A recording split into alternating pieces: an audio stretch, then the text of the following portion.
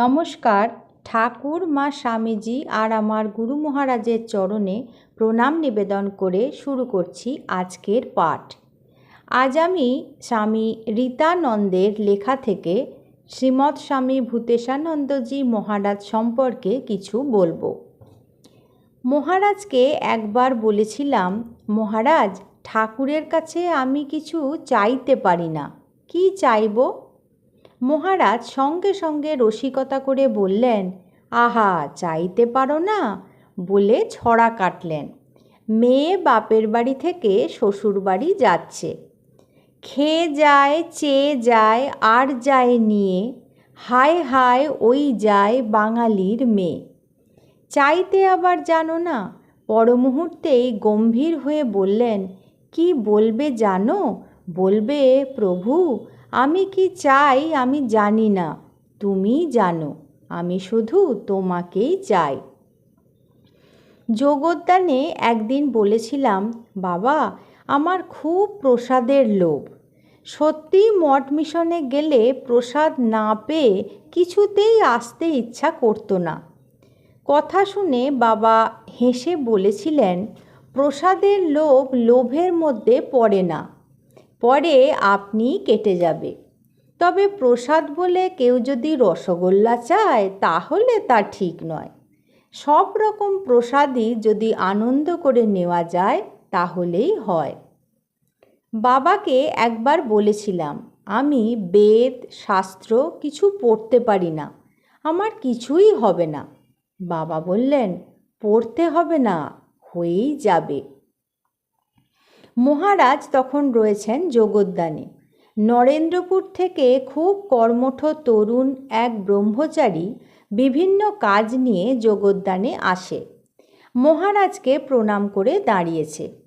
তারই সমবয়সী যোগদানের অন্য এক ব্রহ্মচারী মজা করে বলছে, মহারাজ, সুমহারাজ খুব ডাইনামিক, প্রচুর কাজ করে, অনেক দায়িত্ব। মহারাজ বলছেন, ও তাই নাকি? হ্যাঁ মহারাজ, স্বামীজি যেমন বলেছেন জীবনে একটা দাগ রেখে যেতে, সুমহারাজ সেরকম বড় দাগ জীবনে রেখে যাবে আর কি। মহারাজ চকিত হেসে বললেন, বেশি দাগ রাখলে যে নোংরা হয়ে যায়। পূজনীয় শুভঙ্কর মহারাজ স্বামী আত্মপ্রভানন্দ তখন পুরুলিয়া বিদ্যাপীঠের হেডমাস্টার। মাঝে মাঝে মঠে এলে মহারাজের কাছে এসে দর্শন প্রণামাদি করে যান।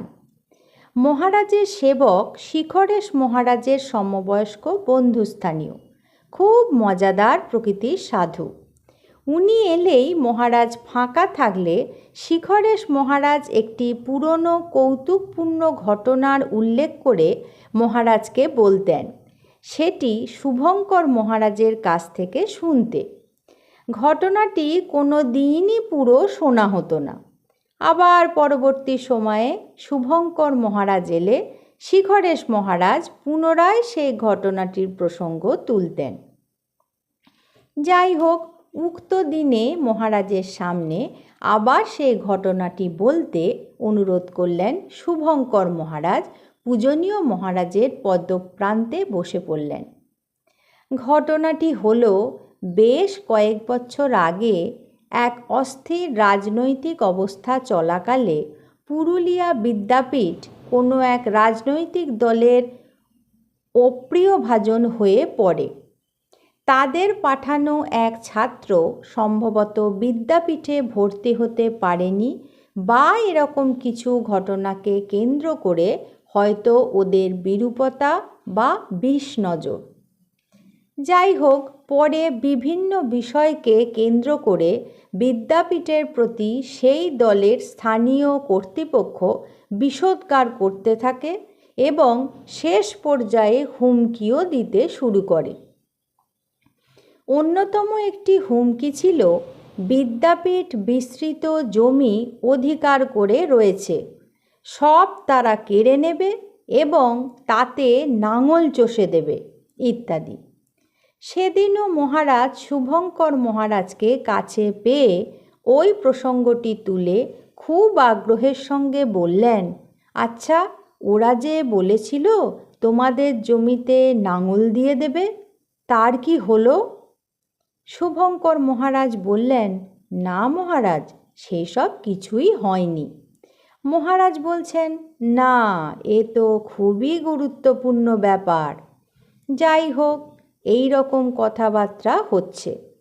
শিখরেশ মহারাজ সেই মুহূর্তে এসে মহারাজকে শুইয়ে দিতে হবে বলে, তার পরবর্তী রুটিনে যেতে হবে বলে শুভঙ্কর মহারাজ বারবার মহারাজকে বলতে লাগলেন।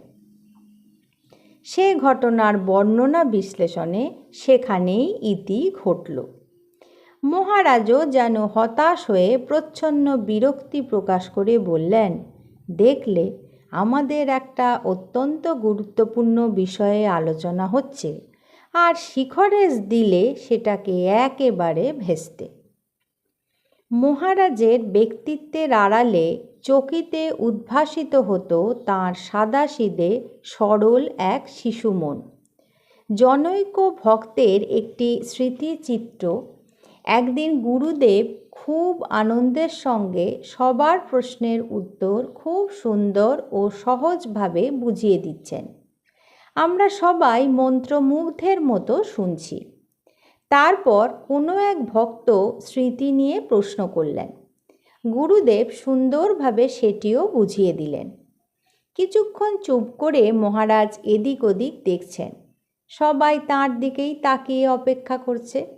আমি সেই সময় মহারাজের অনুমতি নিয়ে বললাম, মহারাজ, প্রত্যেক মানুষের ছোটবেলায় কোনো বিশেষ ঘটনা ঘটে যা সে সারা জীবনেও ভুলতে পারে না। মাঝে মধ্যে সেই স্মৃতি মনে পড়ে।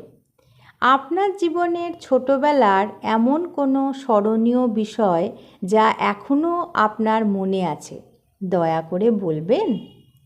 মহারাজ চারদিক তাকিয়ে নিয়ে একবার দেখে নিলেন। আমরা সবাই উদ্গ্রীব হয়ে তাঁর দিকে তাকিয়ে রইলাম। বললেন, বলবো? আচ্ছা বলি। আমি ছোটবেলায় ল্যাংটো হয়ে ঘুরে বেড়াতুম, আজও আমার মনে আছে, বলেই খুব আনন্দের সঙ্গে হাসতে লাগলেন। আমরাও সবাই হো হো করে হাসতে লাগলাম। আমি গুরুদেবের এই কথা শুনে ভাবতে লাগলাম, কি সরল শিশু। আমরা আগেও অনেক উল্লেখ করেছি যে জীবনের কোনো প্রতিকূলতা বা অস্বাচ্ছন্দ্য মহারাজের রসবোধকে কখনো স্তিমিত করতে পারেনি। একটি ঘটনা উদ্ধৃত করছি মহারাজেরই এক আশ্রিত সন্তানের কথা থেকে। একদিন মহারাজ বাইরে কোথাও থেকে যোগদানে ফিরে এসেছেন। এসে ওর ঘরের বারান্দায় একটা চেয়ারে বসেছেন। কিছু ভক্ত মহারাজকে নিত্য এবং নিয়মিত সেবা করতেন। তাঁরা তাদের নির্দিষ্ট কাজ শুরু করে দিয়েছেন। আমারও ইচ্ছে হলো একটু কিছু করি। তাড়াতাড়ি করে মহারাজের পায়ের জুতো জোড়া খুলতে গেলাম। আনাড়ি হলে যা হয়, এদিক ওদিক টানছি, ঠিক মতো টানাও হচ্ছে না, তাই খুলছেও না। ভয় পাচ্ছি জোরে টানতে গিয়ে পায়ে না লাগে। মহারাজ খানিকক্ষণ লক্ষ্য করলেন। হঠাৎ মহারাজ তার মুখের স্বভাবসিদ্ধ আপাত গাম্ভীর্য বজায় রেখে আস্তে আস্তে বললেন, শিবদাস ভাবছে জুতো খুলতে গিয়ে পাটাই না খুলে আসে। আজ এই পর্যন্তই। পরবর্তী পর্বে আমি আপনাদের এরকমই কিছু গল্প শোনাব। ঠাকুর, মা স্বামীজি আর আমার গুরু মহারাজের চরণে আপনাদের সর্বাঙ্গীন মঙ্গল কামনা করি। ভালো থাকুন, সুস্থ থাকুন। নমস্কার।